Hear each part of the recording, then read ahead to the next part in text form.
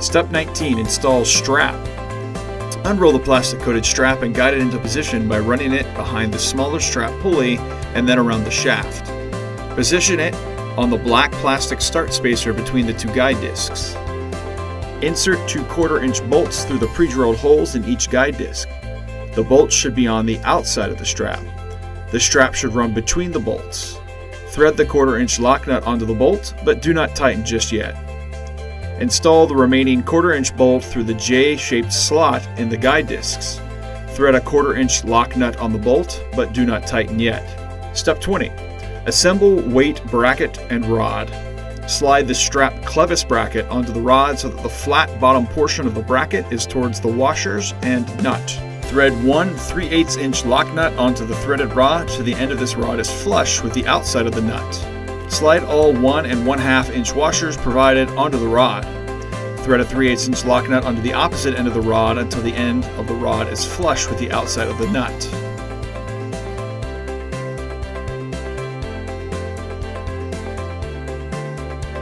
Make sure the strap doesn't have any twists in it and the sewn splice of the strap is about 8 inches above the bottom. Place the strap spool on the loop of the strap.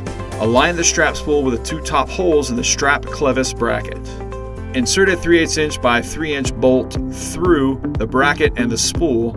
Thread a 3/8-inch lock nut onto the bolts. Tighten the nut until the end of the bolt is flush with the outside of the nut. The bolt must be free to spin. Do not over-tighten. Step 21. Install counterweights. Slide the washers on the strap rod to the top, leaving 1 washer at the bottom. Place one of the larger 19-pound weights on the rod so it rests on the bottom washer.